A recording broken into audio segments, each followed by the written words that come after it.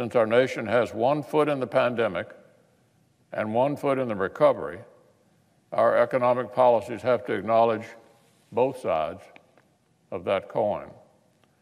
Chairman Grassley will introduce another round of direct checks for households at the same amount as before, with even more support for families who care for vulnerable adult dependents. Chairman Collins and Rubio have designed a sequel to their historic PPP to help prevent more layoffs of American workers. And Republicans want to continue a federal supplement to state unemployment insurance. In fact, we'll propose a weekly dollar amount that is 8 times what Democrats put in place when they controlled the White House and Congress during the Great Recession. But we have to do it in a way that does not slow down reopening. We're also going to help this country pivot into recovery. The American people don't just want relief, they want opportunity, so long as the reopenings can be safe.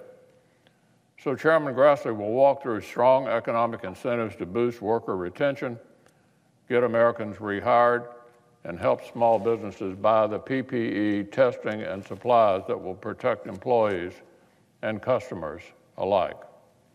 Senator Romney has legislation to help a future Congress ensure our critical national trust funds remain strong. And looking to our long-term jobs future, there is no question this pandemic has America and our allies re-examining our degree of dependence on China. Chairman Graham is introducing a package of legislation that will incentivize PPE manufacturing right here at home. It will ensure that our efforts to rebuild our national stockpile of protective gear actually benefit American workers instead of just stimulating China.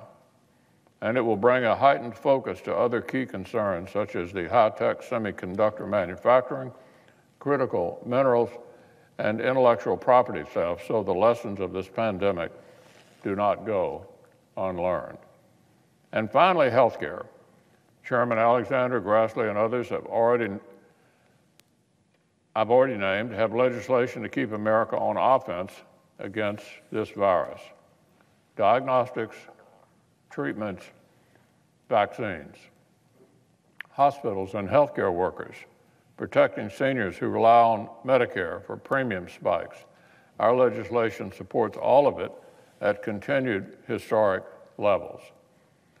And tying kids, jobs, and healthcare all together, Senator Cornyn has authored strong legal liability protections so that nurses, doctors, charities, school districts, colleges, and employers can spend the next months actually reopening rather than fighting for their lives against frivolous lawsuits.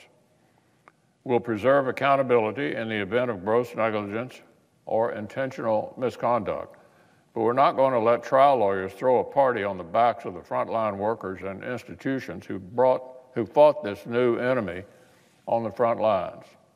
Health, economic assistance, liability, and schools. Another historic package for the next phase of this historic national fight.